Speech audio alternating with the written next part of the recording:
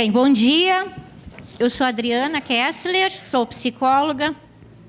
Eu moro em Torres atualmente, me aposentei e moro lá há 25 anos. Me aposentei como professora universitária. Minha formação, minha área de atuação é psicologia sociohistórica, psicologia comunitária e estudos de gênero. Essa sou eu. E faço parte, estudo espiritismo há muito tempo, mas faço parte dessa tripulação CEPA, essa nave tripulada aqui, há um ano só. Estudo bastante sobre os fenômenos anômalos não identificados. Acho que vocês viram minha manifestação. E é um prazer estar aqui com vocês e conduzir essa mesa. Me sinto muito honrada. Eu coordeno um grupo de convivência numa ONG já há alguns anos em Torres, a COI. Quem for para lá, temos vários programas, inserção nos conselhos municipais dos direitos. E somos parceiros de várias entidades também no município. E é uma iniciativa que está dando e deu certo, muito certo. Então, quem for para lá, quiser visitar a COI, fico honrada em lhes receber.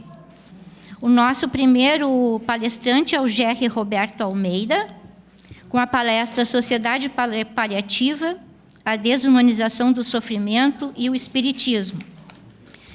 O Gerry Almeida é graduado em História, com especialização em diálogos entre História e Literatura do Rio Grande do Sul, autor de livros espíritas, dentre eles Morte, Luto e Imortalidade, Olhares e Perspectivas, e Sociedade da Esperança, Diálogos Espíritas com o Mundo Atual. Se quiser colocar mais alguma coisa, eu lhe convido para sua exposição. Bem, sim. Bom dia, um abraço fraterno a todos. Bom, eu trouxe um slide. Bom, a minha questão aqui é discutir um pouco o tema do sofrimento dentro da sociedade contemporânea, uma sociedade complexa, né, que nós estamos vivendo no século XXI, e a partir de algumas ideias que estão dentro de uma reflexão hoje mais atual, desenvolvida por um analista social, um pensador, filósofo sul-coreano chamado Byung-Chul Han, que é um pensador sul-coreano, mas que desenvolveu e desenvolve grande parte das suas reflexões, dos seus estudos na Alemanha. Então, essa perspectiva parte do seguinte, de que nós estamos vendo dentro de uma sociedade hipercapitalista, uma sociedade complexa, aonde os indivíduos, as pessoas estão sendo cobradas diariamente por uma questão de desempenho, né? Então é preciso cada vez mais ter desempenho, na área do trabalho, mas não só no trabalho, né? Na área profissional, na vida como um todo, né? Portanto, ter um desempenho físico na área da saúde, faz academia 5 dias por semana, viaja muito. Então, quer dizer, cada vez mais a gente está vivendo dentro de uma sociedade que, de certa forma, nos esgota, né? E esse esgotamento, ele tem gerado um adoecimento psíquico. Então, nós diante desse quadro de adoecimento, né, onde nós temos alguns pontos colocados pelo Han, o primeiro deles é que essa sociedade do desempenho é uma sociedade de esgotamento, uma sociedade da autodestruição, onde os indivíduos estão buscando cada vez mais a ideia do sucesso, os likes, né? E que, portanto, o sofrimento ele é algo bastante complexo para essa sociedade. Ele usa, inclusive, uma expressão chamada algofobia para se referir a essa verdadeira fuga do sofrimento, uma fuga social do sofrimento, uma fuga cultural do sofrimento. né? Então, curiosamente, o sofrimento faz parte da vida. Mas dentro dessa cultura, que é a cultura do desempenho, o sofrimento ele termina impactando no mercado de trabalho, no setor produtivo.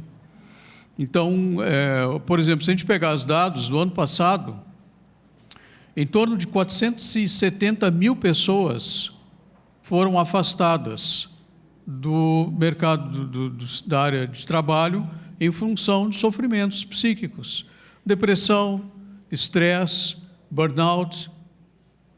Então, a gente está vivendo uma sociedade que é a sociedade que a gente chama de sociedade paliativa, que é uma sociedade que ela não cuida dos seus sofredores.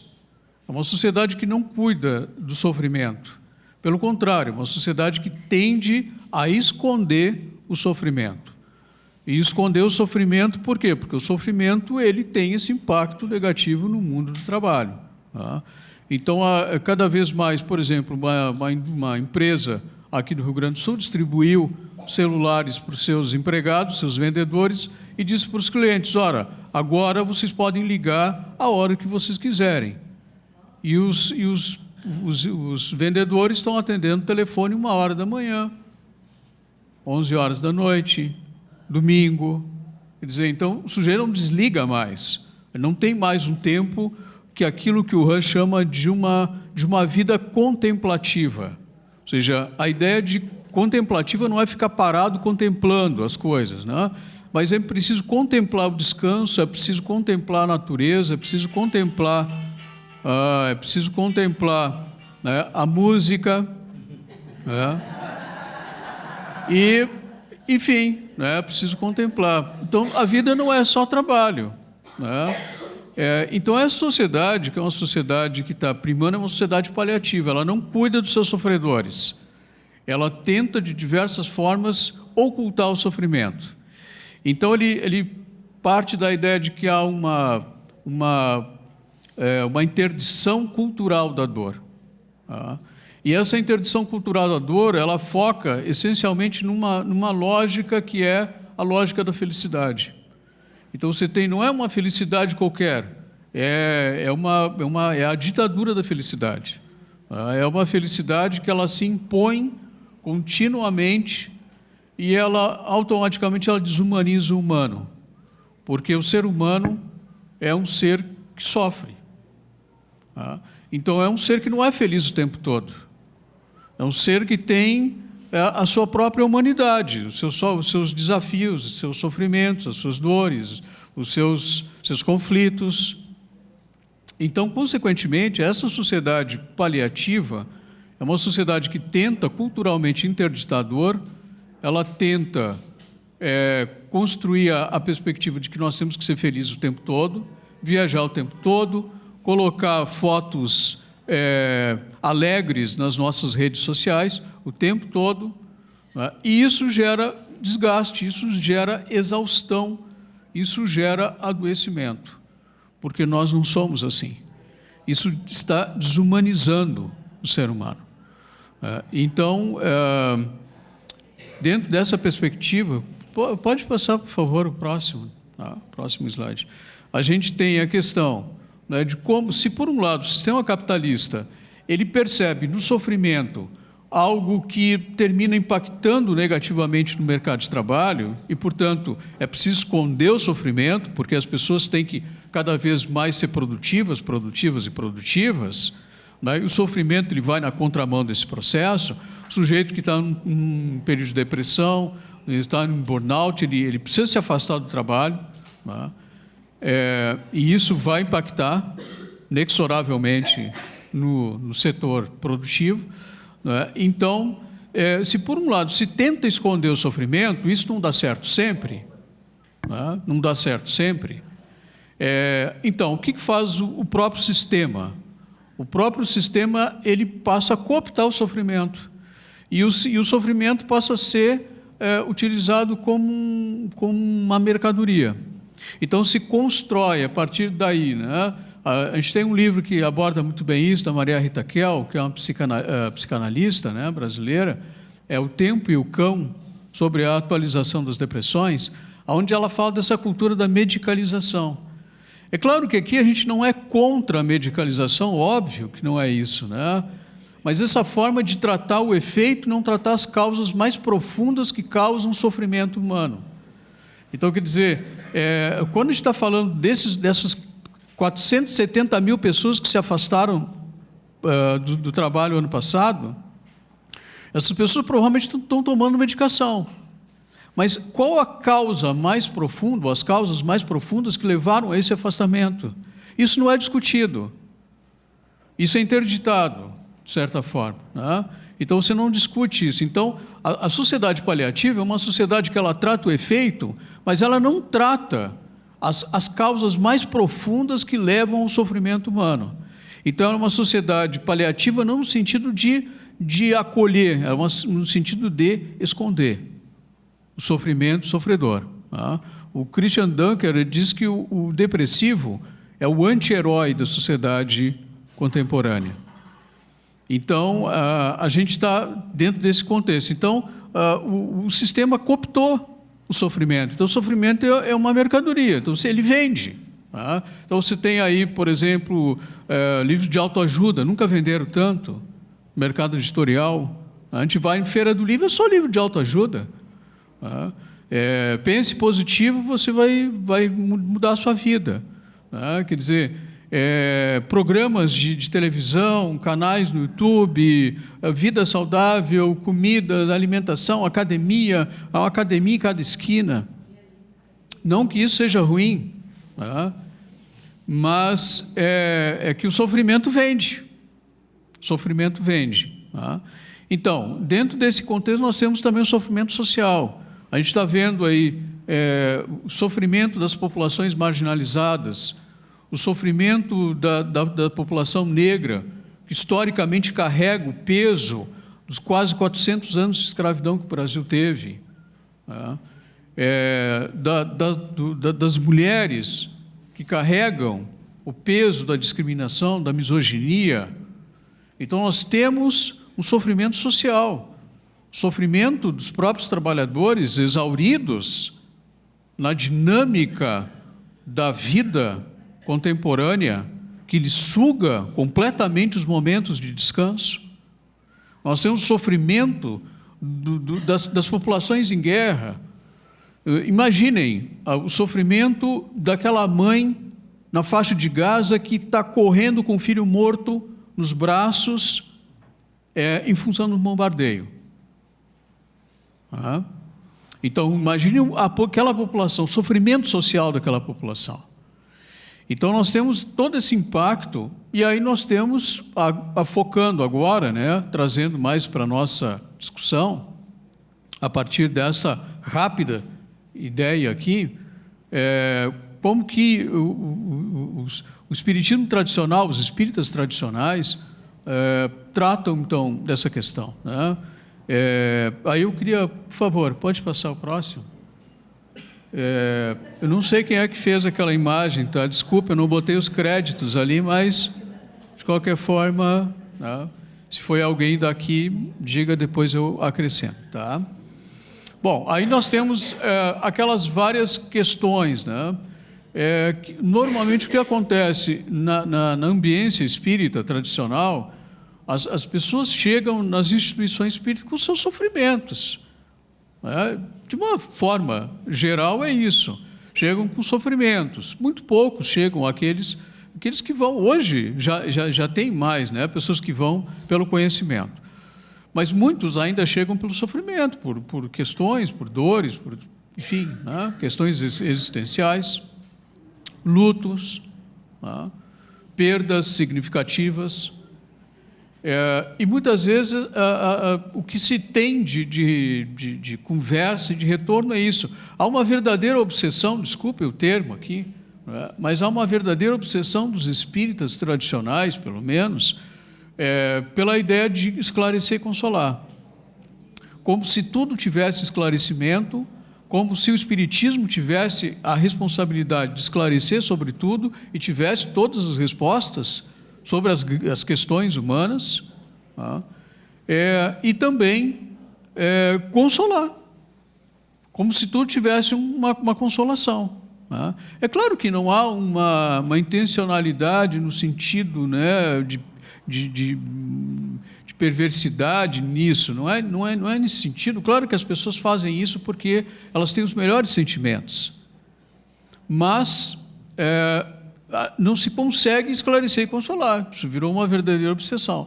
Então, você desumaniza o sofredor com frases prontas, com frases simplórias, com frases que vão normalmente recorrer à teoria reencarnacionista para tentar dar conta dos dilemas humanos. Então, o sofrimento, todo sofrimento humano tem uma causa na reencarnação.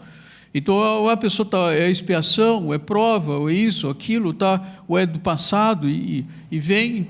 E isso não dá conta de explicar, e muitas vezes nem é importante explicar.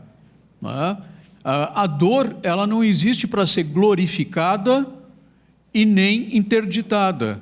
A dor existe para ser ressignificada, para ser tratada. A dor é um signo, e ela tem alguma coisa a nos dizer. E esse significado que é importante a gente tentar buscar. Mas esse significado não necessariamente está vinculado ao passado reencarnacionista. Então, você absolutizar o sofrimento humano sempre com respostas reencarnacionistas, me parece que é algo bastante superficial e não dá conta da complexidade do sofrimento, que, no geral, é multifatorial, sofrimentos humanos. Então, o espírita não pode sofrer, o espírita não pode chorar o luto, ele tem que encarar assim, aquela frase: a morte não existe. O que você está sofrendo? A morte não existe. Mas como assim a morte não existe? Como a morte não existe?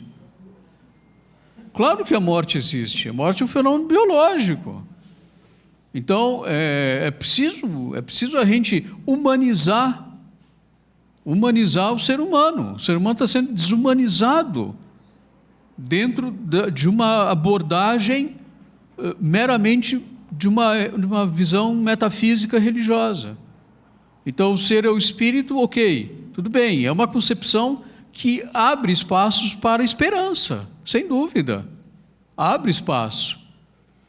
Mas a gente parte, o Alexandre, quando a gente escreveu a Sociedade do Sujeito Inacabado, a gente parte de uma reflexão que é a ideia de que a verdadeira vida para nós é a vida que nós estamos vivendo. Agora, essa é a verdadeira vida. Depois, quando a gente desencarnar, aí vai ser a nossa, vai ser a verdadeira vida, vai ser aquela. Mas hoje nós estamos aqui. Então, hoje essa é a verdadeira vida. E é essa que a gente tem que se acercar e pensar. Por favor, pode passar para o próximo. Então, esse contramundo do sofrimento, ele exige um contramundo curativo. Esse contramundo curativo, às vezes, não está no esclarecimento. Ele está na terapia, ele está no acolhimento, ele está na empatia, ele está no ouvir uma audição qualificada. Uma audição qualificada a respeito do sofrimento. Não é aquela audição que eu estou ouvindo o que o outro está dizendo já para doutriná-lo. Não é isso. Mas é uma audição qualificada no sentido de poder, inclusive, orientar, se for o caso, para buscar terapias adequadas. Então, estamos precisando desse contramundo nas sociedades que nós estamos inseridos, sociedades espíritas. Por favor, o último, então, para a gente finalizar aqui. Então, eu queria propor, assim, finalizando essa nossa pequena reflexão aqui, desenvolvemos isso mais nos capítulos dos livros, os últimos 2 livros que a gente publicou. O primeiro dessas questões, né, a gente parte do princípio que é necessária uma revolução da sensibilidade, uma revolução da sensibilidade no meio espírita, né? Então, o primeiro ponto a destacar é relativizar o argumento reencarnacionista. Entender que que a reencarnação não explica tudo, e a gente não precisa ter a pretensão de explicar tudo. Segundo ponto é compreender que os sofrimentos são multifatoriais. É uma decorrência do primeiro item. No geral, os sofrimentos são multifatoriais. Então, não há como eu tentar ver o sofrimento só pelo prisma da reencarnação. O terceiro item é a humanização do humano, que habita em nós e no outro. Porque nós partimos de uma reflexão que a humanização do humano, ela necessariamente precisa vir antes da espiritualização. Porque a gente está pensando em espiritualização sem se humanizar. Então, a humanização é a sensibilização, a relação com o outro. E quando a gente está falando de sofrimento social, preciso pensar, preciso discutir os sofrimentos sociais dentro das instituições espíritas. Quer dizer, eu não posso pensar o sofrimento, não posso não, né? Não devo, não deveria pensar os sofrimentos humanos dentro da sua complexidade apenas sobre esse aspecto, ou seja, então eu preciso discutir as questões sociais. Preciso discutir as questões sociais, porque as questões sociais, questões política, necropolítica, ela produz sofrimentos sociais. Então, eu preciso discutir isso também. Eu preciso dialogar com outras áreas do conhecimento, para mim poder entender de uma forma mais ampla e globalizada a questão do sofrimento humano. Não que a gente vá entender tudo, nem que a gente tenha essa pretensão, mas é importante refletir sobre isso, para a gente não ficar dentro de uma perspectiva muito limitada apenas, né? E aí transformar o sofrimento e o sofredor num mero sujeito que está num processo de provas e expiações, sem contextualizar de uma forma mais ampla esses sofrimentos. E, por fim, isso, dialogar com uma sociologia do sofrimento. Quer dizer, essa ideia de uma sociologia do sofrimento, ela implica nisso, né, da gente pensar o sofrimento dentro dessas várias categorias de possibilidades. O sofrimento dentro de determinados grupos, sofrimento produzido por ações políticas, não sofrimento só no sentido moral, né? No sentido moral de, eu usei meu livre-arbítrio para isso e deu uma consequência, a visão consequencialista, né? Essa coisa assim de causa e efeito só, como é muito tradicional se fazer dentro do movimento espírita, e se ignorar um universo mais amplo de questões que envolvem o sofrimento. Então, para finalizar, parece que é importante essa revolução da sensibilidade, e a revolução da sensibilidade no meio espírita implica nessa humanização do humano, né? Do humano que nós somos, do sofrimento, do luto, sim, do luto, né? Das dores que sentimos, sim, das dores que sentimos, sem a perspectiva de julgamento moral, mas dentro de uma análise mais ampla, abrindo espaço também dentro da teoria espírita para a esperança, que afinal de contas é fundamental em nossa vida. Muito obrigado.